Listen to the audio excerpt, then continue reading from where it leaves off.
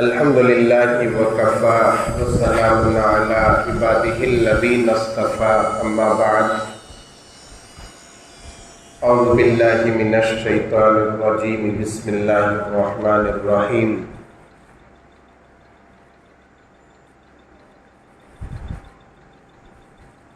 وَيَضَعُ عَنْهُمْ إِصْرَهُمْ وَالْأَغْلَالَ الَّتِي كَانَتْ عَلَيْهِمْ صدق اللہ العظیم۔ بزرگان محترم اور عزیز دوستو،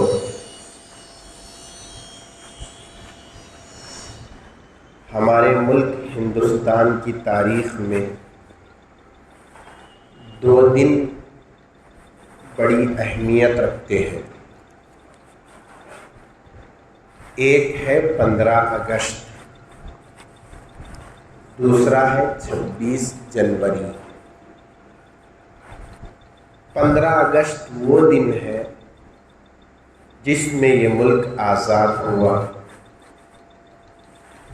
ملک کے باشندوں کے پیروں میں قید کی جو بیڑیاں تھیں وہ بیڑیاں توڑی گئی، نکالی گئی، اور ملک جو انگریزوں کے پنجے میں پھنسا ہوا تھا، انگریزوں کا قبضہ ہوا تھا، اس قبضے کے خاتمے کا دن 15 اگست ہے۔ دوسرا دن ہے 26 جنوری۔ 26 جنوری وہ دن ہے جس میں ہمارے ملک کا دستور بنا تھا، قانون بنا تھا۔ ہندوستان کا آئین اور قانون جب بنا، یہ ملک جمہوری ملک، اس کی جمہوریت کے جو دستور ہیں، قانون ہیں، اس کو نافذ کیا گیا، وہ 26 جنوری کا دن ہے۔ اس طرح ہمارے ملک کے لیے یہ دونوں دن بہت اہمیت رکھتے ہیں، ایک 15 اگست، دوسرا 26 جنوری۔ اب 15 اگست آئندہ جمعہ آنے والا ہے۔ میں چاہ یہ رہا تھا کہ ہمارے ملک کی آزادی کی تاریخ کچھ تفصیل سے بتاؤ کہ کب سے ملک کی آزادی کی مہم چلی، قربانیوں کا سلسلہ اس ملک کو انگریز سے چھٹکارا دلانے کا، انگریز کو ملک سے بھگانے کا کب سے شروع ہوا، یہ سرگرمیاں کب شروع ہوئی، اس کو تفصیل کے ساتھ آپ کے سامنے عرض کروں۔ ہمارے ملک کی آزادی کی جو جنگ ہے، آزادی کی جو مہم ہے، وہ تقریباً 200 سال کے لمبے عرصے کو گھیرے ہوئے ہے۔ 200 سال ہماری نئی نسل یا ہم تاریخ نہ جاننے والے یہ خیال کر لیں کہ 1947 میں ملک آزاد ہوا، اس سے کچھ سال پہلے آزادی کے لیے جدوجہد کی گئی ہوگی، کوششیں کی گئی ہوں گی۔ اگر یہ خیال ہے تو یہ سب سے بڑی غلط فہمی اور جہالت ہے۔ 200 سال کا عرصہ کوئی معمولی نہیں ہوتا، کئی پشتیں قربان ہو جاتی ہیں، کئی نسلیں ختم ہو جاتی ہیں، تو کئی 3-4 نسلوں کے قربانیوں کے بعد 3-4 نسلیں اپنے آپ کو مٹانے کے بعد اس ملک کی آزادی ہوئی۔ تاریخ کو غور سے سننا، یہ ایسا عنوان ہے جس کو ملک کا ہر باشندہ یاد رکھنا چاہیے۔ یہ ایسی تاریخ ہے، ملک کا ہر فرد اس تاریخ کو یاد رکھنا چاہیے۔ لیکن افسوس اس بات پر ہے کہ ہم لوگوں کو تاریخ سے کوئی انسیت نہیں ہے، تاریخ سے ہم لوگوں کو کوئی واقفیت نہیں ہے۔ ہم ملک کی آزادی کی تاریخ تو کیا، ہم لوگ اپنی پیدائش کی تاریخ بھی یاد نہیں رکھے، اور اب یاد رکھے ہیں تو وہ لوگ یاد رکھے ہیں جو برتھ ڈے منانا چاہتے ہیں، اس کے علاوہ کوئی یاد نہیں رکھے۔ نئی نسل انگریزی تہذیب پر، مغربی تہذیب پر چلنے کے ارادے سے ان کے نقش قدم پر چلتے ہوئے برتھ ڈے منانے کی تیاری کے لیے اپنی یوم پیدائش یاد رکھی ہے۔ جب ایک انسان، ایک فرد اپنی پیدائش کی تاریخ یاد نہیں رکھ سکتا، اپنے آبا و اجداد کے پیدائش کی تاریخ یاد نہیں رکھتا، تو ملک کی لمبی اور طویل تاریخ کو کہاں یاد رکھے گا؟ یہ تاریخ یاد رکھنے کی ضرورت ہے، یاد کرانے کی ضرورت ہے۔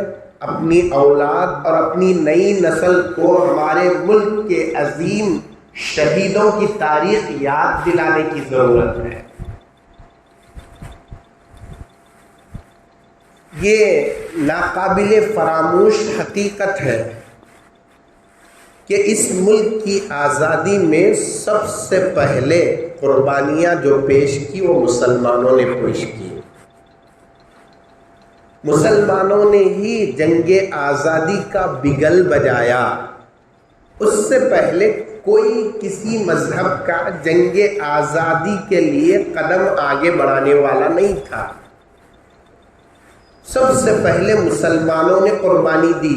مولانا اسیر ادروی تاریخ کے لکھنے والے ہیں، وہ لکھتے ہیں کہ اس ملک کو آزاد کرانے کے لیے ہمارے آبا و اجداد نے خون دیا، جان و تن کو قربان کر دیا، اور ان کے رگوں کے آخری خون تک لڑتے رہے، اس غرض سے کہ یہ ملک سفید فام انگریزوں کے پنجے سے نکل جائے، اس کے لیے لڑتے رہے۔ یہ حقیقت ہے کہ مسلمانوں نے ابتدا سے قربانی دی ہے۔ جب کوئی آزادی کا دور دور تک خیال نہیں تھا، دور دور تک اس مہم اور اس آزادی کے لیے جدوجہد کرنے والا کوئی بندہ کھڑا نہیں تھا، تو اس موقع پر سب سے پہلے مسلمانوں نے قربانی دی۔ میں اس تاریخ کو آپ کے سامنے پیش کروں گا کہ کب سے شروع ہوئی اس جنگ آزادی کی تاریخ، اس سے پہلے انگریزوں کا قدم ہندوستان میں کیسے پڑا، انگریز اپنے ناپاک پیر ہندوستان میں کیسے رکھے، اس کے بارے میں بتاتے ہوئے آگے بڑھوں گا۔ ایسٹ انڈیا کمپنی کا قیام ہوا۔ ہندوستان میں ایسٹ انڈیا کمپنی کے نام سے انگریز داخل ہوئے۔ 24 سپتمبر 1599 عیسوی یعنی اب سے تقریباً 450 سال کے قریب،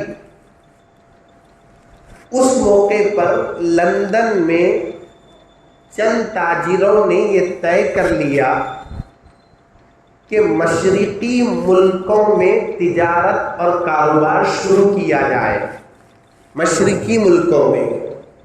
تو اس کے لیے انہوں نے ایسٹ انڈیا کمپنی نام طے کیا، اور 200 تاجروں کی بڑی تعداد تجارت کے نام سے، تجارت کی غرض سے مشرقی ممالک کا رخ کرتے ہوئے ہندوستان میں داخل ہوتے ہیں۔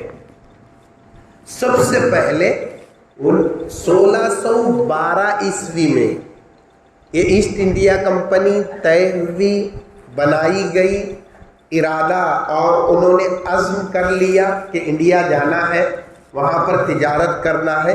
یہ 1599 میں، اس کے 13 سال کے بعد 1612 عیسوی میں ایسٹ انڈیا کمپنی کے تاجر تجارت کی غرض سے ساحلی علاقے پر گجرات کے سورت میں داخل ہوئے۔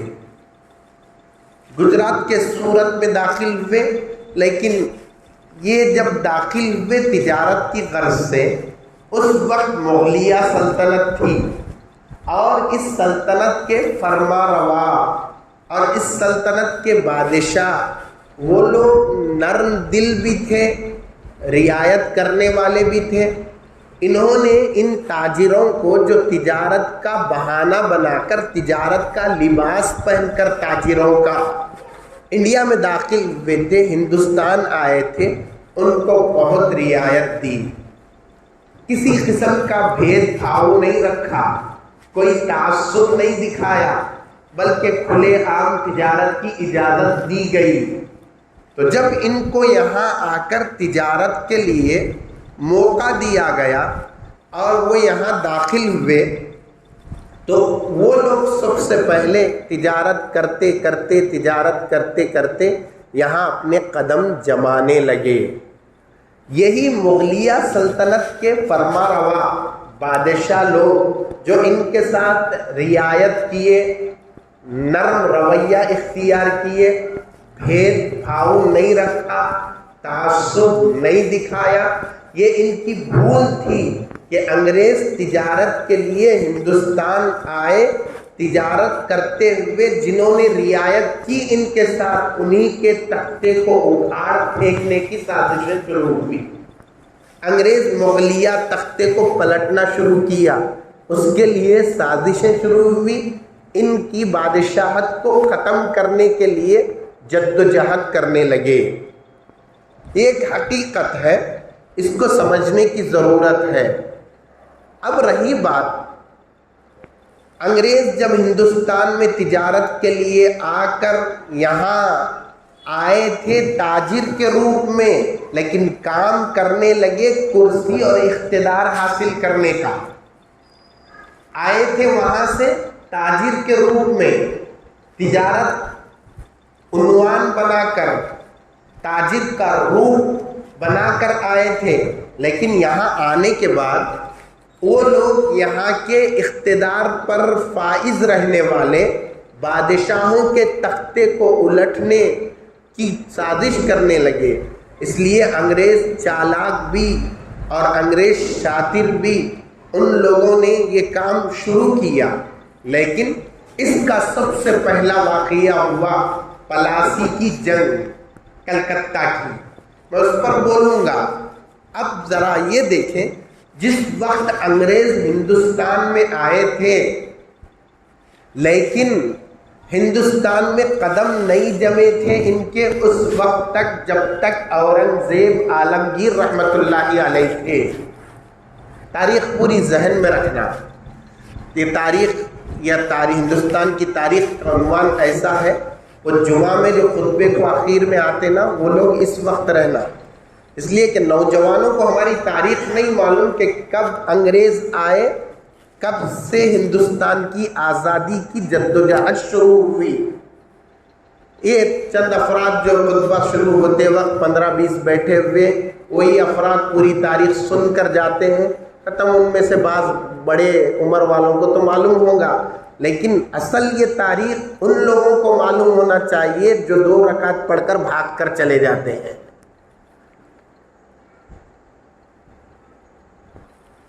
انگریز جب آئے تھے ان کے قدم نہیں جمے تھے۔ کس وقت تک نہیں جمے تھے؟ جب تک اورنگزیب عالمگیر رحمت اللہ علیہ کی حکومت تھی، اس وقت تک، اس لیے کہ ان کی حکومت مضبوط تھی، دلی پر ان کا قبضہ مضبوط تھا، ان کے رہتے ہوئے یہ اپنے پیر پھسار نہیں سکے، ان کے رہتے ہوئے یہ اقتدار کے ساتھ چھیڑ چھاڑ نہیں کر سکے، حکومت کو حاصل کرنے کا جو ان کا ناپاک ارادہ یا ناپاک سازش تھی اس کو ظاہر نہیں کر سکے۔ اورنگزیب عالمگیر رحمت اللہ علیہ کا انتقال ہوتا ہے 1707 عیسوی میں۔ اس سے پہلے اورنگزیب عالمگیر رحمت اللہ علیہ کے بارے میں ہم جانیں گے کہ وہ کیسے بادشاہ تھے۔ اگر اورنگزیب عالمگیر رحمت اللہ علیہ کو اللہ اور عمر دیتا اور ان کی سازشوں اور ان کے ناپاک ارادوں کا اظہار ہو جاتا، اورنگزیب کب کے انگریزوں کو مار کر یہاں سے بھگا دیتے، پر ٹک نہیں سکتے۔ ایسٹ انڈیا کمپنی کامیاب نہیں ہو سکتی۔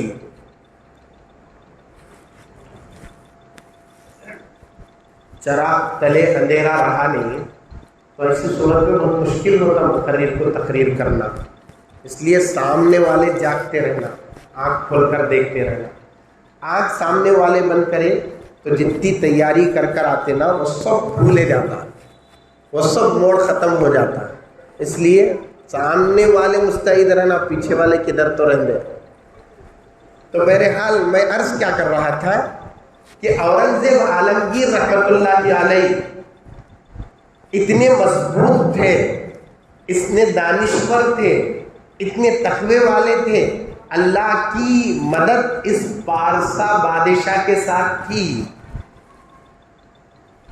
18 سال کی عمر، کون سی 18 سال کی عمر؟ جس 18 سال کی عمر میں ہمارا بچہ ایک گھڑا پانی لا کر گھر میں نہیں ڈالتا، بوڑھے باپ کو نل سے پانی لانا پڑتا۔ وہ 18 سال کی عمر، جس عمر کو ماں باپ چھوٹی عمر کہہ کر اس کو کام بھی نہیں لگاتے، بازار سے جا کر ترکاری کی ایک تھیلی پکڑ کر نہیں آتا۔ 18 سال کی عمر میں اورنگزیب عالمگیر رحمت اللہ علیہ 1618 عیسوی میں دکن کے گورنر بنائے گئے۔ دکن ہمارا علاقہ، دکن کے گورنر 18 سال کی عمر میں گورنر بننا معمولی بات نہیں ہے۔ جس عمر میں ہمارا بچہ کما کر 200 روپے لا کر نہیں دیتا، جس عمر میں ہمارا بچہ ایک کونسلر بننا تو دور کی بات رہی، وہ فیس بک کی دنیا سے دوسری دنیا میں قدم نہیں رکھتا۔ 18 سال کی عمر میں دکن کے گورنر اورنگزیب عالمگیر رحمت اللہ علیہ، اور اس کے بعد گجرات، سندھ، ملتان کے صوبہ دار گورنر رہے الگ الگ وقتوں میں۔ 18 سال کی عمر کے بعد 1658 عیسوی میں آپ دلی پر تخت بادشاہت پر بیٹھے۔ 1658 سے لے کر 1707 تک 50 سال آپ نے پوری ملک پر اور پورے بھارت پر حکومت کی، شاندار انداز میں حکومت، انصاف کے ساتھ، جس کی حکومت کا رقبہ سب سے بڑا۔ انگریز مورخ لکھتا ہے کہ اورنگزیب عالمگیر کے زمانے میں جو وسیع و عریض ہندوستان کا ملک تھا، اس سے پہلے اتنی بڑی زمین پر حکومت کرنے والا کوئی بادشاہ یہاں نہیں آیا۔ اتنی بڑی زمین پر حکومت کرنے والے، آپ اندازہ لگائیے، یہ جو تاریخ کے چہرے کو مسخ کرنے والے، تعصب کا چشمہ لگا لینے والے، سر میں دماغ کے بجائے گوبر بھر لینے والے، اورنگزیب کی تاریخ کو مسخ کر کر پیش کرتے ہیں۔ اورنگزیب نرم دل کو جابر و ظالم کہتے ہیں۔ اورنگزیب جیسے تقوی والے انسان کو آزاد روش والا کہتے ہیں۔ اورنگزیب جیسے انصاف پسند بادشاہ کو بے انصاف کہنے والے، ان کو اورنگزیب کی تاریخ پڑھنے کی ضرورت ہے، تعصب کا چشمہ نکال کر پھینکنے کی ضرورت ہے، اور اپنے سروں میں دماغ رکھ کر سوچنے کی ضرورت ہے۔ اپنے سر میں رہنے والے گوبر کی صفائی کرنے کی ضرورت ہے۔ اس طرح تاریخ کو پڑھیں گے، اورنگزیب کا چہرہ کھلے آئینے میں نظر آئے گا، صاف نظر آئے گا، اس کا تقویٰ دکھے گا، اس کی حکومت کی اعتدال پسندی دکھے گی، اس کے ترقی کے کارنامے دکھیں گے، اس کا اللہ سے ڈر اور خوف دکھے گا، مذہبوں کے درمیان میں بھید بھاؤ نہ کرنا یہ نظر آئے گا۔ تب جب ہم پوری صاف نظر کے ساتھ اورنگزیب کی تاریخ کو پڑھیں گے۔ آپ اندازہ لگائیے جو اتنے وسیع و عریض رقبے کا بادشاہ ہو، اتنے بڑے ملک کا بادشاہ ہو اور اتنی بڑی سلطنت کا اقتدار کا فرما روا ہو، ایسا بادشاہ جب ان کا انتقال ہوتا ہے ہم کیا خیال کریں گے؟ کوئی مالدار کا انتقال ہو جائے، تجہیز و تکفین کے لیے اس کے لاکھوں روپے بینک بیلنس میں سے کاٹن کا ملنے والا 2-3 قسم کے کوالٹی میں سے بہترین کوالٹی لی جائے گی، تجہیز و تکفین بڑے اچھے انداز میں کیا جائے گا۔ تو ایک مالدار ہمارے معاشرے میں رہنے والا، اس کا انتقال ہو جائے، ہم سمجھتے ہیں اس کے کفن کا، اس کے دفن کا انتظام دوسرے مرنے والے اور دوسرے ختم ہونے والے ان کی تجہیز و تکفین سے بہتر ہوں گی۔ آپ کو معلوم اتنے بڑے رقبے کا بادشاہ، اتنے بڑے ملک کا فرما روا اورنگزیب عالمگیر رحمت اللہ علیہ کا انتقال ہوتا ہے، تجہیز و تکفین کا موقع آتا ہے، تو انتقال کے وقت میں اورنگزیب عالمگیر نے یہ وصیت کی تھی کہ دیکھو میرے تجہیز و تکفین کا، میرے کفن دفن کا انتظام ملک کے بیت المال کے خزانے سے، ملک کے روپیوں سے نہیں کرنا۔ جو میں ٹوپی سی کر جمع کیا ہوں، 4 روپے 2 آنے پیسے موجود تھے، اندازہ لگا سکتے ہیں۔ ٹوپیاں اورنگزیب عالمگیر بناتے تھے، ان ٹوپیوں کے پیسے 4 روپے 2 آنے وہ جمع تھے، ان پیسوں سے میری تجہیز و تکفین کرنا، کوئی دوسرا مال میرے کفن دفن میں نہ لگانا۔ اور جب میں انتقال کر جاؤں ایصال ثواب کے لیے، ہمارے یہاں انتقال ہوتا ہے 4 بیٹے رہے، 2 بیٹے ایصال ثواب کے کام کے لیے پیچھے قدم کھینچے تو ایک بیٹا بولتا میں کر دوں ابا کا ایصال ثواب۔ اب ایصال ثواب کے لیے بھی بیٹے آگے پیچھے ہوتے ہیں، لیکن حصہ لینے کی باری آتی ہے تو سب کے قدم برابر رہتے ہیں، بعض تو آگے قدم بھی بڑھا لیتے ہیں۔ آج حالت یہ ہے، انتقال ہو گیا باپ کا، ایصال ثواب کرنے والے اولاد انسنی کر دیتے ہیں، اور کبھی چاروں بھائی مل کر بولے ابا کا انتقال ہوا، 2 سال 3 سال گزر گئے، کسی مدرسے میں دعوت کریں گے اور جو خرچ آتا ہم سنبھالیں گے، تو 2 بیٹے ہاں کرے تو 2 بیٹے انسنی کر دیتے ہیں۔ یہ حالت ہماری ہے۔ اورنگزیب عالمگیر رحمت اللہ علیہ نے وصیت کی، کیا کہہ کر کہ میں قرآن لکھتا تھا، قرآن لکھ کر فروخت کرتا تھا، قرآن لکھ کر جو فروخت کیا گیا ہے وہ 305 روپے بیگم محلدار کے پاس رکھے ہوئے ہیں۔ ان 305 روپوں کو میرے ذاتی کام میں تجہیز و تکفین میں بھی خرچ نہیں کرنا، مسکینوں غریبوں کو ان 305 روپے کے ذریعے سے کھانا کھلانا۔ علماء ہند کا شاندار ماضی ایک کتاب ہے، اس کتاب میں اورنگزیب کی یہ تاریخ لکھی ہوئی ہے۔ اپنے پیسوں سے مسکینوں غریبوں کو کھانا کھلانے کے لیے وصیت کر کر جاتے ہیں اورنگزیب عالمگیر رحمت اللہ علیہ۔ آج ہماری حالت یہ ہے کہ وصیت تو کرتے نہیں، اولاد کو بعد میں جب تقسیم کرنے کا موقع آتا ہے، جس کا پنجہ مضبوط اس کے ہاتھ میں دولت زیادہ، جو بیٹا شاطر چالاک ان بازی مار لیتا دولت کے اندر، ایک ایصال ثواب نہیں ہوتا، ایک دعائے مغفرت کی مجلس نہیں ہوتی، ایک کئی مسجد کے اندر، کسی مدرسے کے اندر، کسی غریب کی شادی میں مرنے والے باپ کی دولت میں سے خرچ نہیں کیا جاتا۔ اور مرنے والا بھی کبھی وصیت کر کر نہیں مرتا، میں جاؤں گا، میرا مال تم وراثت کے حساب سے تقسیم کر لو، لیکن میری وصیت ہے فلاں مسجد کو، میری وصیت ہے فلاں مسجد کی زمین کے لیے۔ کیا کرو گے دولت رکھ کر؟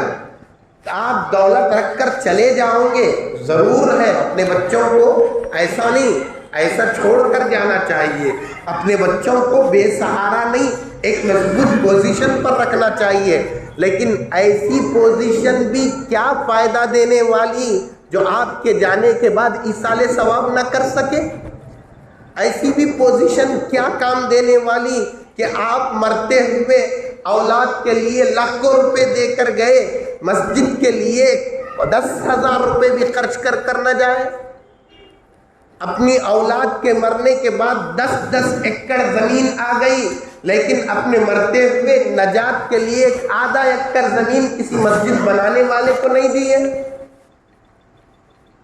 اس لیے ہمیں جانا تو ہے، جانے سے پہلے ایسا کام کر جائے اللہ کے سامنے منہ دکھا سکے، وہ نجات کا ذریعہ بن جائے۔ وقت کا فرما روا، وقت کا بادشاہ اور اتنے بڑے ملک پر اقتدار کی باغ ڈور سنبھالنے والا اورنگزیب عالمگیر رحمت اللہ علیہ اپنی تجہیز و تکفین اپنے ٹوپیوں کی سلائی کے رقم سے 2-4 روپے 2 آنے سے کر رہے ہیں، اور غریبوں مسکینوں کو اپنی طرف سے مرنے کے بعد کھانا کھلا رہے ہیں، وہ بھی قرآن لکھی ہوئی محنت کے 305 روپے سے۔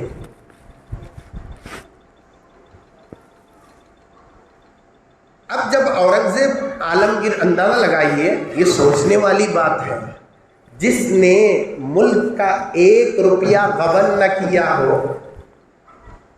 1 پیسے کی زیادتی نہ کیا ہو، وہ کیا کسی کے جانوں پر زیادتی کر سکتا ہے؟ جو مال میں 1 سکہ اپنی طرف نہ لیا ہو، اپنی ذات پر خرچ نہ کیا ہو، وہ کیا اس طرح سے ظلم و جبر کر سکتا ہے؟ تاریخ میں پیش کیا جاتا ہے، بھائیوں کو اورنگزیب نے قید میں ڈالا، باپ کو قید میں ڈالا، فلاں فلاں، اور تاریخ کو بگاڑ کر پیش کیا جاتا ہے۔ میں نے 2 جمعہ پہلے ایک فلم کے بارے میں بولتے ہوئے یہ ذکر کیا تھا، سننے والوں نے، جمعہ میں رہنے والوں نے سنا ہے۔ تو ایسا اورنگزیب عالمگیر رحمت اللہ علیہ بادشاہ، جو بادشاہ کا ایک تاریخی کارنامہ ہے فتاوائے ہندیہ، فتووں کی کتاب بنائی گئی، جمع کی گئی، جو مشہور ہے فتاوائے عالمگیر کے نام سے، آپ نے بھی سنا ہوگا۔ فتاوائے عالمگیر ایک مضبوط فتووں کی کتاب سمجھی جاتی ہے۔ یہ علماء کی نگرانی میں انہوں نے ترتیب دی، جب ترتیب دی جاتی، جو مسائل، جو فتاوے ترتیب دیے جاتے، عالم دین اورنگزیب کے سامنے وہ فتوے سناتا۔ آپ خود اپنی نگرانی میں فتاوائے عالمگیر کو، فتاوائے ہندیہ کو ترتیب دیے۔ اس زمانے میں، اب نہیں، اس زمانے میں اندازہ لگائیے 1707 میں انتقال ہوا تو 1700 عیسوی ہی رکھ لیجئے، یعنی تقریباً 350 سال پہلے، اس زمانے میں اس کتاب کو، فتاوائے عالمگیر کو، فتاوائے ہندیہ کو ترتیب دینے کے لیے 2 لاکھ روپے کی لاگت لگی۔ 2 لاکھ روپے اس وقت خرچ ہوئے۔ اتنے بڑے سرمایے سے اورنگزیب نے یہ بڑا کارنامہ انجام دیا۔ میں یہ کیوں سنا رہا ہوں؟ اورنگزیب دلی پر اقتدار کی کرسی پر جب تک بیٹھے رہے، ایسٹ انڈیا کمپنی والے ہندوستان میں آئے تھے، لیکن وہ اپنے ناپاک سازشوں کو اور ارادوں کو ظاہر نہیں کر سکے، اپنے پیر پھیلا نہیں سکے۔ اقتدار کے مذموم ارادے کے ساتھ جو آئے تھے، وہ ارادہ ان کا تکمیل پاتا ہوا اس زمانے میں نظر نہیں آ رہا تھا۔ اس کے بعد ہوا کیا ہے، کیسے ہی یہاں پر آئے، اور جب اورنگزیب کا انتقال ہو گیا، اس کے بعد مغلیہ بادشاہ بیٹھے تخت پر، تو اورنگزیب کے انتقال کے بعد جو مغلیہ سلطنت کا دور تھا وہ کمزور پڑتا گیا، ان کی کرسی ڈھیلی ہوتی گئی، ان کی گرفت ملک پر کمزور پڑتی گئی۔ تو اس وقت میں اور آج کل ملک کے آزادی کی تاریخ گنائی جاتی ہے کہ 1857 عیسوی ملک کے آزادی کے لیے لڑی گئی پہلی جنگ ہے۔ یہ جھوٹ ہے، تاریخ کے ساتھ کھلواڑ ہے، تاریخ کو ختم کرنا اور دفن کرنا ہے، اس لیے کہ 1857 عیسوی یہ جنگ آزادی کی پہلی جنگ نہیں ہے۔ آپ کو معلوم ہونا چاہیے، آپ جانتے ہوں گے کہ سب سے پہلے جب اورنگزیب کا انتقال ہو گیا تو انہوں نے بنگال کے اندر اپنا قبضہ جمانا چاہا۔ اس وقت وردی علی خان وہاں پر اس بنگال کے راجا تھے اور وہاں کے فرما روا تھے، انہوں نے انگریزوں سے لڑا۔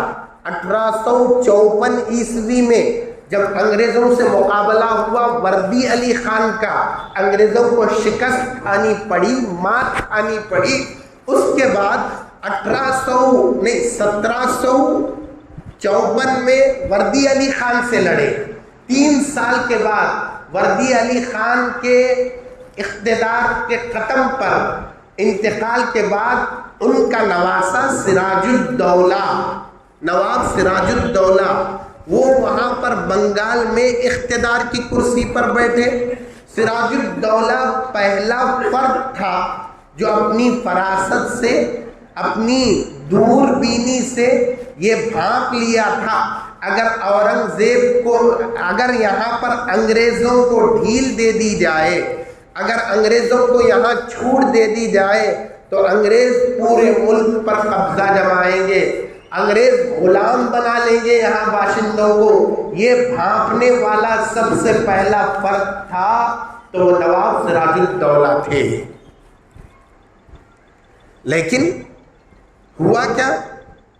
1757 میں جنگ ہوئی نواب سراج الدولہ کی انگریزوں کے ساتھ۔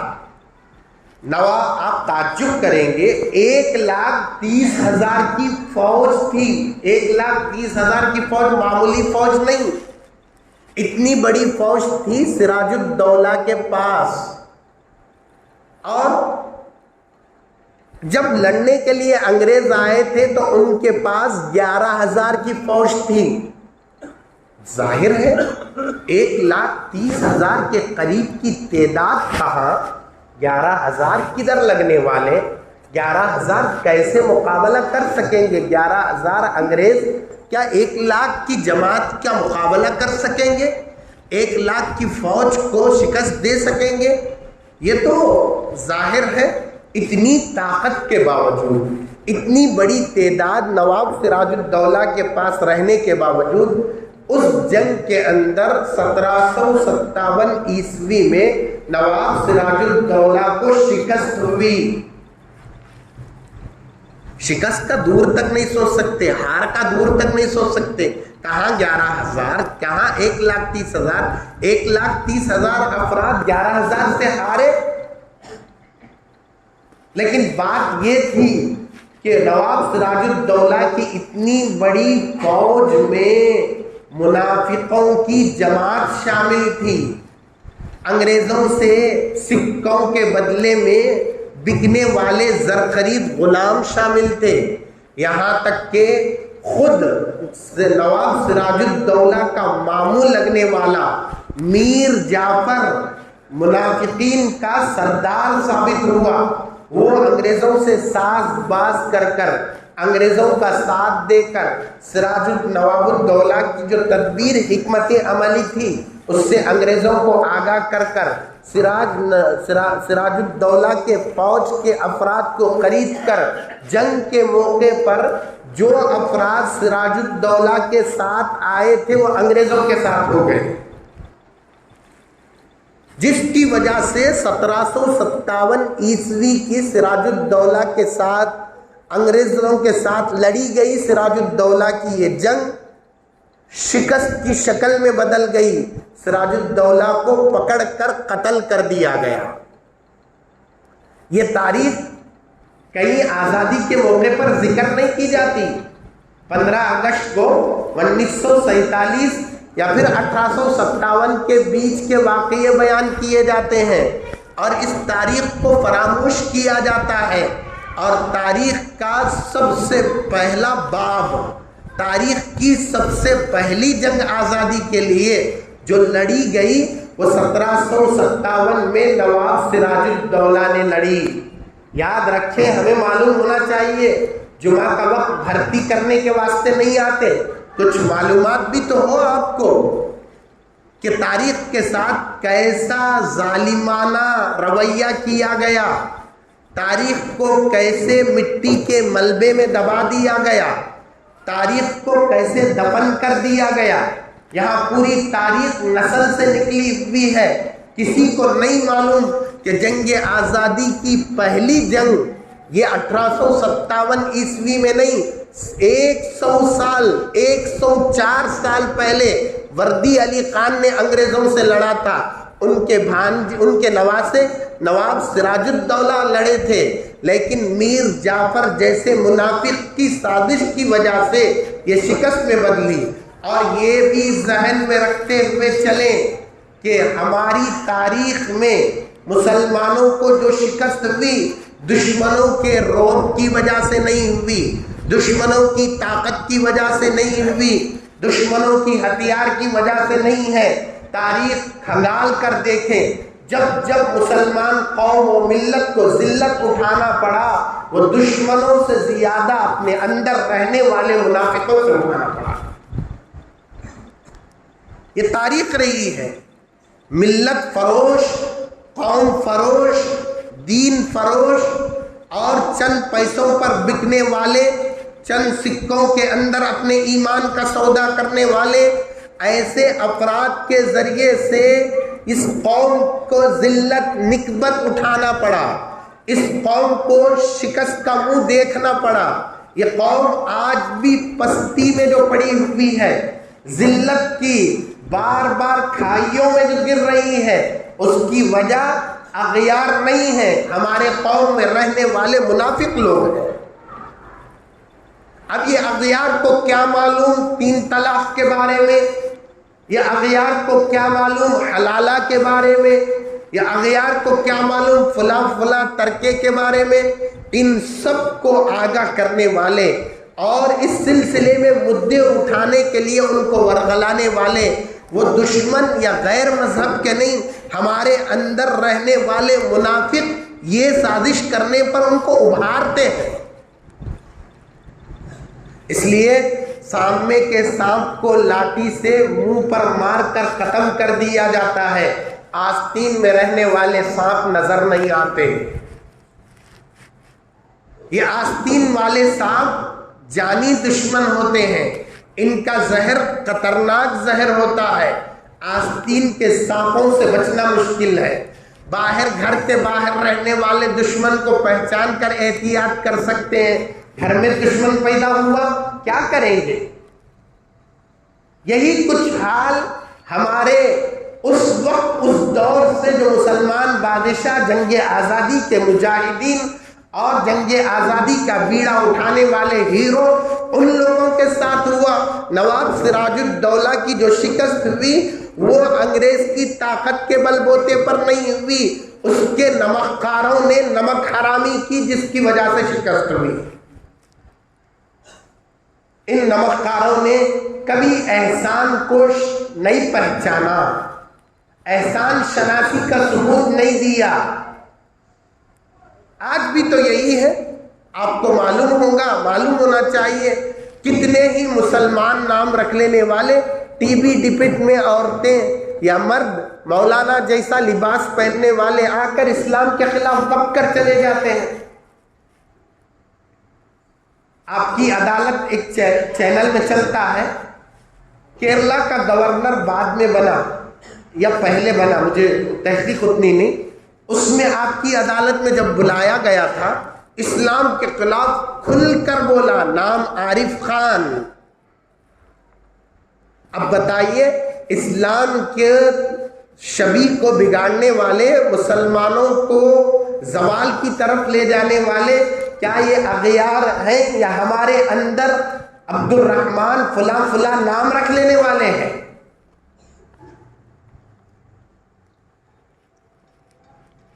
جب یہ لوگ بنگال پر قبضہ کر لیے، اسی طرح سے یہ جنگ ہوئی، باکسر کی لڑائی، مغربی بہار میں پٹنہ کے قریب ایک مقام کا نام ہے، وہاں پر جنگ ہوئی۔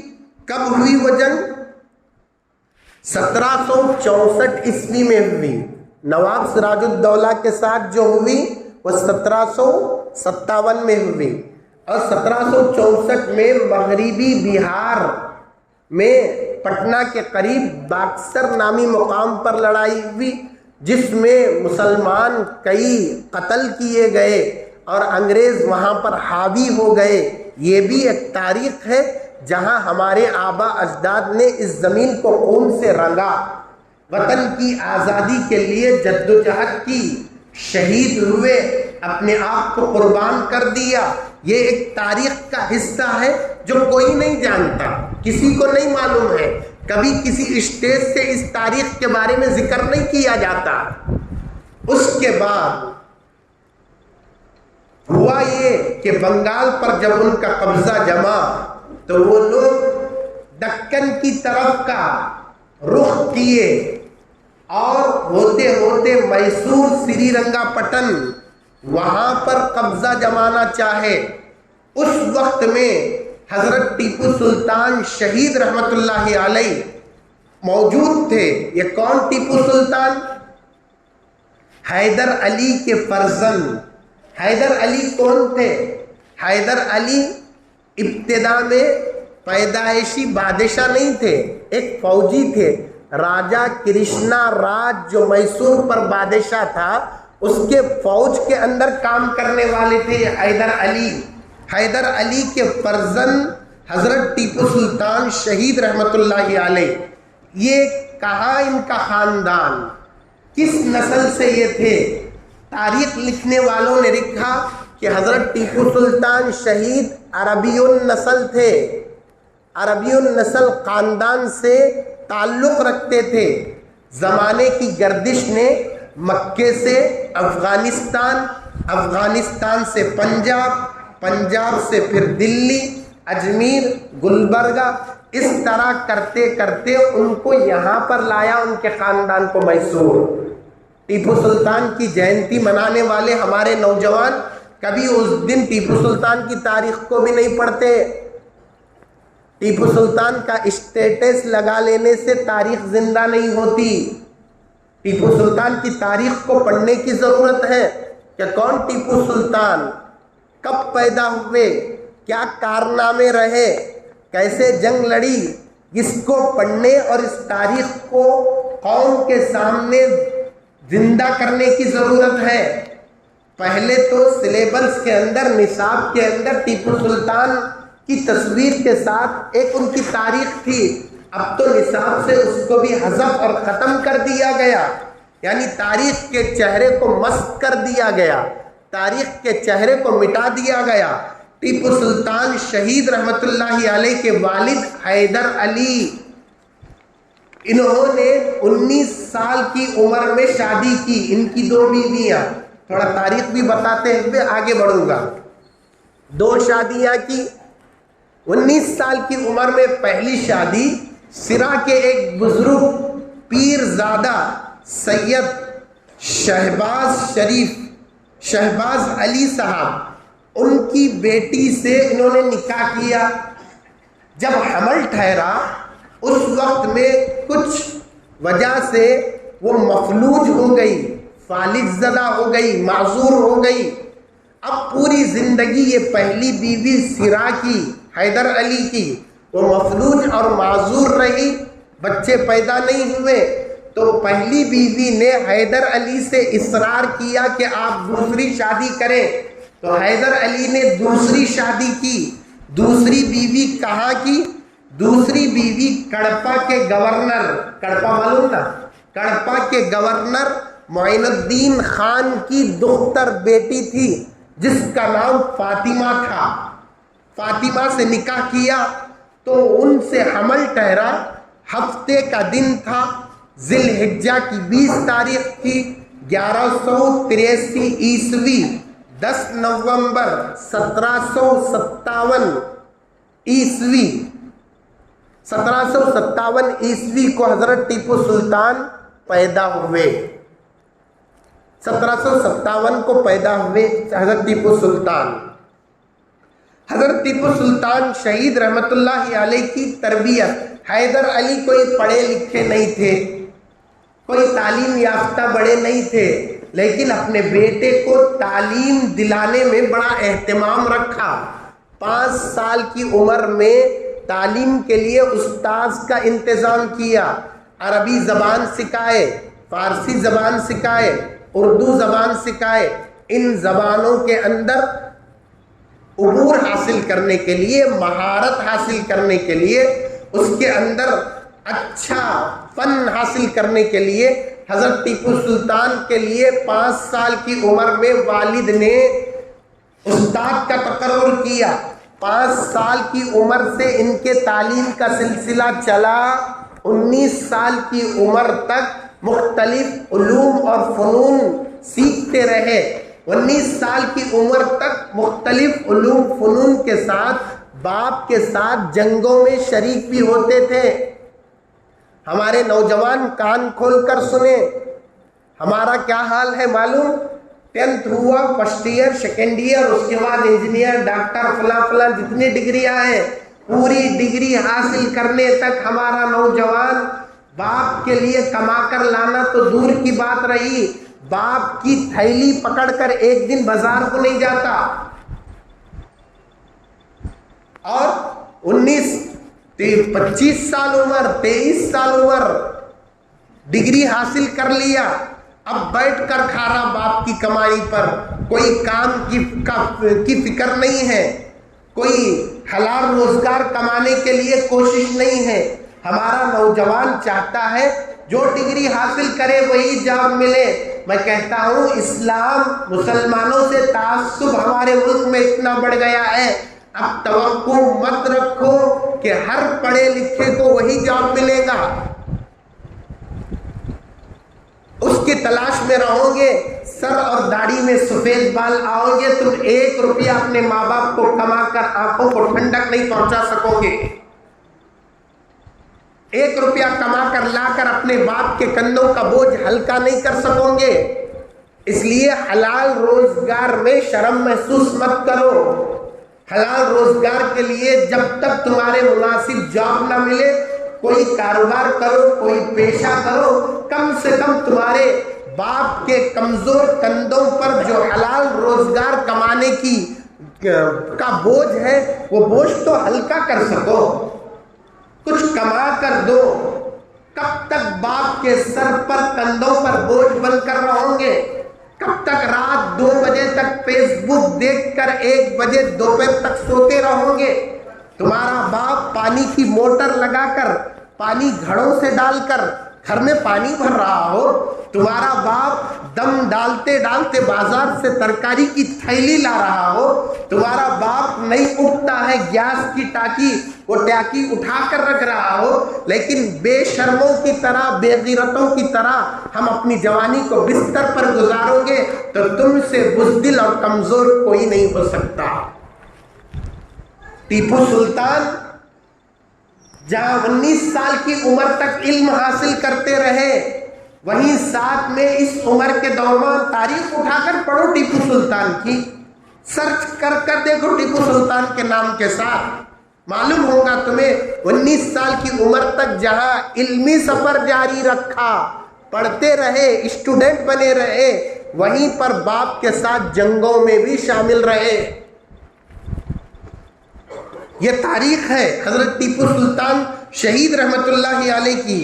میں اور بیان کرتا اور کہتا، وقت کم ہے، اس لیے حضرت ٹیپو سلطان شہید رحمت اللہ علیہ کون ہے؟ جنگ آزادی کے ہیرو، سراج الدولہ پہلے وہاں پر، اور دوسرے نمبر پر پورے ملک میں انگریزوں سے لڑنے والے، انگریزوں کے سامنے سینہ سپر ہونے والے، انگریزوں کو یہاں سے بھگانے کے لیے اپنے جان و تن کو نچھاور کرنے والا کوئی فرد تھا تو حضرت ٹیپو سلطان شہید رحمت اللہ علیہ. یہ تاریخ میں لکھا ہوا. یہ چھوٹے بچے تھے, 6 یا 7 سال کی عمر تھی. سری رنگا پٹنم یا سری رنگا پٹن ہے, تو سری رنگا پٹن وہاں کھیل رہے تھے بچوں کے ساتھ. اس وقت ایک درویش, ایک فقیر کا وہاں سے گزر ہوا. حضرت ٹیپو سلطان کے چہرے کو دیکھا. دیکھ کر وہ فقیر کہنے لگا, اس بچے کے چہرے سے یہ علامات ظاہر ہوتے ہیں کہ وہ آگے چل کر اس ریاست کا بادشاہ بنے گا. اس وقت کہا تھا اس فقیر اور درویش اللہ والے نے, جب ان کے باپ ابھی فرما روا بادشاہ نہیں تھے, وہ کرشنا راج کے راجا گری کے اندر فوجی تھے. اس وقت کہا تھا جب حضرت حیدر علی کا انتقال ہوتا ہے 1782 عیسوی میں, انتقال کے بعد آپ جانشین بنتے ہیں, تخت پر بیٹھتے ہیں ٹیپو سلطان, تو 1887 عیسوی میں اس فقیر کی ہدایت کے مطابق آپ نے مسجد اعلیٰ کی سنگ بنیاد رکھی. جاتے نہیں سری رنگا پٹن کے تو مسجد دیکھ کر آتے, وہاں مزار اس دور ہے 1-1.5 کلومیٹر پہلے, ادھر آبادی میں مسجد ہے, پھر پیچھے حضرت ٹیپو سلطان کی شہادت کی جگہ ہے. جانے والے اس میں بہت تقریباً لوگ دیکھ کر آئے ہوں گے مسجد اعلیٰ. 1887 عیسوی میں وہاں پر مسجد کی بنیاد رکھی, اور 1787 عیسوی میں رکھی. 1790 میں 3 سال کے بعد اس مسجد کی افتتاح کا موقع آیا, اور عید الفطر کی نماز سے اس مسجد کی افتتاح ہوئی. جب افتتاح کا موقع آیا تو حضرت ٹیپو کے ذہن میں تھا کہ اس مسجد کے اندر پہلی امامت وہ کرے جس کی بالغ ہونے کے بعد ایک نماز قضا نہ ہوئی ہو. اب علماء موجود ہیں, مشائخ موجود ہیں, اللہ والے موجود ہیں. آپ تصور کر کر دیکھیں 200 سال پیچھے جا کر, اب جو طہارت پاکیزگی ہے اس سے اعلیٰ طہارت اور پاکیزگی اور صفتوں کے مالک اس وقت موجود تھے. صوفیہ اور مشائخ بزرگان دین اس وقت بھی بہت بڑی تعداد میں موجود تھے, سب جمع ہے. حضرت ٹیپو نے یہ خواہش کا اظہار کیا کہ اس مسجد میں پہلی نماز صاحب ترتیب پڑھائے جس کی ایک نماز قضا نہ ہوئی ہو. اب علماء موجود ہیں, ان کو خیال نہیں میری بھی چھٹی کی نہیں چھٹی کی, میری نماز بھی کیا ہوئی کی معلوم نہیں ہے, اس لیے کوئی آگے نہیں بڑھتا. دیر ہو گئی, کوئی آگے نہیں بڑھ رہا ہے. اس وقت امامت کے مصلے پر قدم آگے بڑھا کر نماز پڑھانے والا کوئی اور نہیں تھا, وہ ذات حضرت ٹیپو سلطان شہید رحمت اللہ علیہ کی تھی. آگے بڑھے, آگے بڑھ کر کہا کہ بالغ ہونے کے بعد میری کوئی نماز قضا نہیں ہوئی. یہاں پر ایک بات یاد رکھیں کہ جس نے بالغ ہونے کے بعد ایک نماز قضا نہ کی ہو وہ حضرت ٹیپو کیا داڑھی نہیں رکھ سکتا؟ اس کے چہرے پر داڑھی نہیں ہوتی. مورخین نے تاریخ کے ساتھ, مورخین نے تاریخ کے تقوی والے بادشاہوں کے ساتھ ناانصافی اور ظلم کیا ہے. حضرت ٹیپو جیسا عالم بھی تھے. آپ ایک کتاب ہے اردو کی, اردو میں ہے سیرت حضرت ٹیپو سلطان, مولانا الیاس صاحب ندوی بھٹکلی کی, وہ کتاب اردو جاننے والے پڑھ کر دیکھیں, تاریخ ملے گی. اب ہمارے ٹی وی ایک سیریل چلا ہمارے بچپن میں ٹیپو سلطان کا, وہ بہت خواہش کے ساتھ دیکھا جاتا تھا اور لوگ بچے جا کر دیکھتے تھے. وہ سیریل کے اندر چہرہ نکلا ہوا, ابھی بھی ٹیپو کی تصویر چہرہ نکلا ہوا. یہ غلط تصور اور غلط تصویر پیش کی گئی ہے. تاریخ کو مسخ کیا گیا ہے، تاریخ کے ساتھ کھلواڑ کیا گیا ہے۔ اس لیے حضرت ٹیپو جس کی بالغ ہونے کے بعد بادشاہت پر رہتے ہوئے، ہماری جنگوں میں رہتے ہوئے، آج ہماری ایک رسم ہوا تو نمازیں ختم ہو جاتی، شادی ہوئی تو مہندی سے لے کر جمعہ تک نماز ختم ہو جاتی، کچھ تو بزنس شروع کر دیے، ایک مہینے سے مسجد میں نظر نہیں آتے، نئی دکان کو سیٹ اپ کرانا تھا، نماز ختم ہو گئی، ہم نے نمازوں کو چھوڑ دیا۔ ٹیپو سلطان کی جینتی منانے والے جینتی مناتے مناتے، میں ان سے پوچھوں گا ان نوجوانوں سے، کیا تم نے ٹیپو سلطان کی سیرت کو پڑھا؟ جینتی تو تم منا رہے ہو، لیکن کیا تم نے نمازوں کی پابندی کا وہ کردار ٹیپو کا ادا کیا جس نے بالغ ہونے کے بعد ایک نماز کو قضا نہیں کیا تھا، بالغ ہونے کے بعد کوئی نماز نہیں چھوٹی تھی؟ اتنا پارسا، اتنا تقوی والا، اتنا علم والا حضرت ٹیپو شہید رحمت اللہ علیہ، ہم ان کی تصویر تو فون پر سجاتے ہیں، ان کے اخلاق کو اپنے سینے میں نہیں سجاتے ہیں۔ ضرورت ہے ان کے اخلاق کو سجانے کی، ان کے اخلاق کو اپنانے کی، ان کے کردار کو زندگی میں لانے کی، اور ان کے مہم اور ان کی فکر جو سینے میں آگ لگی تھی ملک کی ترقی کی، ملک کو انگریزوں سے بھگانے کی، وہ ملک سے محبت کی جو آگ تھی وہ آگ اپنے دلوں میں پیدا کرنے کی ضرورت ہے، اس کی ضرورت ہے۔ حضرت ٹیپو آگے بڑھ کر نماز پڑھاتے ہیں، اور اس وقت یہ حضرت ٹیپو سلطان کی تاریخ ہے۔ میں نے 1554 عیسوی سے تاریخ بیان کی، وردی علی خان، نواب سراج الدولہ، باکسر کی لڑائی، ٹیپو سری رنگا پٹن میں انگریز قبضہ جمانے کے لیے آئے، لڑائی بھی حضرت ٹیپو سلطان کی ولادت، یہ سب تاریخ بیان کی۔ میں نے یہ کیوں بیان کیا؟ آج ہماری قوم میں سب سے بڑی کمزوری ہے وہ تاریخ فراموشی کی کمزوری ہے، ہم تاریخ کو بھولنا ہماری مجبوری بن گئی ہے۔ یہودی جو فلسطین پر حملہ کر رہے ہیں، جن کے حملوں کی وجہ سے پورے عالم کے مسلمانوں کے دل زخمی ہیں، تکلیف ہوتی ہے، کڑن ہوتی ہے، یہودی فلسطین پر، غزہ کے مسلمانوں پر طرح طرح کے مظالم ڈھا رہا ہے۔ یہودیوں کے ہزاروں خرابیوں کے ہونے کے باوجود یہودیوں کے اندر کچھ خوبیاں بھی ہیں، ان خوبیوں میں بڑی خوبی یہ کہ یہودی اپنی تہذیب کو، اپنی تاریخ کو، اپنی زبان کو کبھی نہیں بھولے۔ کیسا؟ میں یہ بتا کر بات ختم کروں گا، پھر حضرت ٹیپو کی شہادت ہے، پھر مجاہدین آزادی کی شہادت ہے، آئندہ جمعہ عرض کروں گا۔ کیا عرض کرنا؟ خطبہ شروع کرتا ہوں، بیان شروع کرتا ہوں، میں افراد کو بھی گنتا ہوں ساتھ میں، آپ لوگ مجھے نوٹ کرتے کہ نہیں کرتے کہ وہ الگ بات ہے، میں تو کرتا ہوں، جیسے آ کر بیٹھتا ہوں خطبہ شروع کرتا ہوں، افراد جو معذور افراد کرسیوں پر کتنے ہیں یا صف میں کتنے ہیں؟ آج میرے خیال سے 21 یا 25 افراد تھے، آج تھوڑے زیادہ تھے کیا؟ وہ کس کو تاریخ سنائے؟ ہماری قوم کے اندر طلب نہیں، سنانے والا سنانا چاہتا ہے۔ کیا خطبے کے وقت آ کر تم تاریخ سن کر ٹیپو سلطان بننا چاہتے ہو؟ 2 رکعت پڑھ کر چلے جا کر تم اپنے اندر تقویٰ لانا چاہتے ہو؟ جمعہ کو جلدی آئیں گے، کچھ تاریخ سنیں گے، معلوم ہوگا۔ کیا معلوم ہے ہمیں تاریخ؟ یہودی اتنی خرابیاں، ان کے کسی حرکت اور کارنامے پر کوئی تعریف کا جملہ نہیں کہہ سکتے۔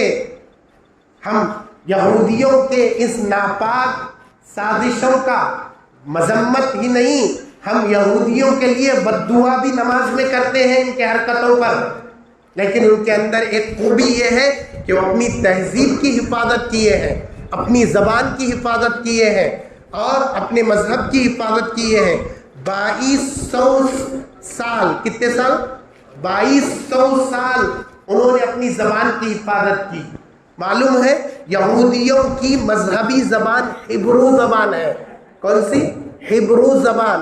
تورات جس زبان میں ہے وہ ہبرو زبان کہلاتی ہے، اور 2200 سال تک انہوں نے اپنے گھروں میں اس زبان کی حفاظت کی۔ 2200 سال کے بعد 1948 میں اسرائیل بنا.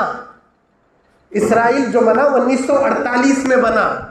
اسرائیل بننے کے بعد انہوں نے یہ طے کیا کہ اسرائیل کی ریاستی زبان جو ہوگی وہ ہبرو زبان ہوگی. 2200 سال تک یہ اسرائیل بننے سے پہلے یہودیوں کی جو مذہبی زبان ہے اس کو جاننے والے پوری دنیا میں، یہودی مملکتوں میں نہیں، پوری دنیا میں 5000 افراد ہی تھے. کتنے؟ 5000 افراد. اتنی کم تعداد ہبرو زبان کی حفاظت کی ہوئی تھی. ان 5000 افرادوں نے جب اس ہبرو زبان کی حفاظت کی، اسرائیل کی اسٹیٹ کی زبان اور ریاست کی زبان اس کو نافذ کر دیا. انہوں نے اپنی تاریخ کو نہیں بھولا، انہوں نے اپنی زبان کو نہیں بھولا. 2200 سال تک یاد رکھا. لیکن افسوس 75 سال آزادی کے گزرے ہیں. 100 سال بھی نہیں، 78واں سال یا ایک کم 80 سال اب منانے جا رہے ہیں. تو اتنی کم مدت کے اندر ہم نے اردو کی لاش بھی نکالی، اردو کو دفن کر کر بھی آ گئے. 78 سال کے اندر، 79 سال کے اندر ہم اردو کو بھول گئے ہیں. اب اگر میں بولوں جمعہ میں اتنی بڑی تعداد یہاں موجود ہے، کس کو اردو پڑھنا لکھنا آتا بولے تو میں گارنٹی دے کر کہہ سکتا ہوں 30 افراد سے زیادہ نہیں نکلیں گے. ہمارا اردو کے ساتھ یہ سلوک، جبکہ ہمیں چاہیے انگریزی پڑھاؤ، کون سی زبان پڑھاؤ، اپنے بچوں کو اردو سکھاؤ، تہذیب سکھاؤ، مذہب سکھاؤ. جتنا ہم اردو جانتے ہیں گھر میں اردو سکھاؤ. تاریخ سکھاؤ اپنی اولاد کو، تاریخ سکھاؤ. ہندوستان کی تاریخ کیا ہے، اس میں مسلمانوں نے کیا کردار ادا کیا ہے، اپنی اولاد کو سکھاؤ. یہ امید سے مت رہو اسکول جا کر سیکھ کر آئے گا، تعلیم گاہ جا کر سیکھ کر آئے گا. یہ ہماری خام خیالی، یہ ہماری غلط خیالی ہے. اس لیے یہ کہہ کر آپ خاموش رہیں گے آپ کی ذمہ داری ختم نہیں ہوگی. تہذیب سکھانا گھر میں آپ کی ذمہ داری ہے، اور زبان سکھانا آپ کی ذمہ داری ہے. تاریخ ہندوستان کی بتانا اپنی اولاد کو، اپنے بچوں کو آپ کی ذمہ داری ہے. اسکول کے بھروسے پر مت رہو. اسکول میں حقیقی آزادی کی تاریخ نہیں بتائی جاتی، مسلمانوں کی تاریخ نہیں بتائی جاتی. اسکول میں وہ تاریخ سکھائی جاتی ہے جو سرکار ان کو سکھانے کی ہدایت دیتی ہے، وہ تاریخ سکھائی جاتی ہے. اس لیے اس خیال میں مت رہو. اپنے بچوں کو ٹیپو سلطان کی تاریخ بتاؤ، نواب سراج الدولہ کی تاریخ بتاؤ. ملک میں انگریز کے آنے کے بعد ان کے خلاف بغاوت کا جھنڈا بلند کرنے والے مسلمانوں شہیدوں کی تاریخ بتاؤ. اس کو بتانے کی ضرورت ہے اور اس پر عمل کرانے کی ضرورت ہے. یہ ہمارے اندر کمزوری ہے، ہم اردو سے بہت دور ہیں. آپ کو معلوم ہونا چاہیے تاریخ کا، علم کا بڑا خزانہ اردو زبان کے اندر موجود ہے، لیکن ہم نہیں سکھاتے. اردو اسکولوں کی حالت تو اب تر بری ہو گئی ہے. تھوڑے بہت بچیاں جاتی ہیں جو گھر سمجھتے ہیں تہذیب والے اردو پڑھا لیں گے، بچی کو کیا پڑھانا ہے، وہ سوچنے والے تھوڑے بہت بچیاں بھیجتے ہیں، یا جن کے پاس حالات نہیں ہیں وہ لوگ اردو پڑھانے بھیجتے ہیں. ورنہ تو انگریزی ہی پڑھائی جا رہی ہے. انگریزی، اردو ہمارے گھر میں جاننے والا نہیں، اردو رخا پڑھنے والا نہیں. اب نوبت یہاں تک آئی کہ شادی کے رخے اردو میں چھپائے تو پڑھنا کون بول کر انگریزی میں چھپا رہے. یہ حالت آ گئی ہے. اپنی زبان کی حفاظت کرنا، یہ یہودیوں نے 2200 سال حفاظت کی. ہم 70 سال حفاظت نہیں کر سکے، 80 سال حفاظت نہیں کر سکے. اس لیے یہ خیال کرنا تاریخ جاننے والے، میں بات ختم کر دیتا ہوں پھر آئندہ جمعہ عرض کروں گا. اس لیے اپنے بچوں کو، اپنی اولاد کو تاریخ سکھاؤ، مذہب سکھاؤ، اردو سے واقفیت دلاؤ. یہ ضروری ہے.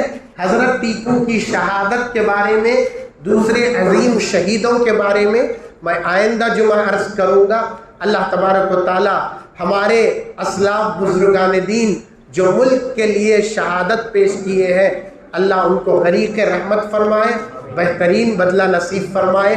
وآخر دعوانا الحمدللہ رب العالمین۔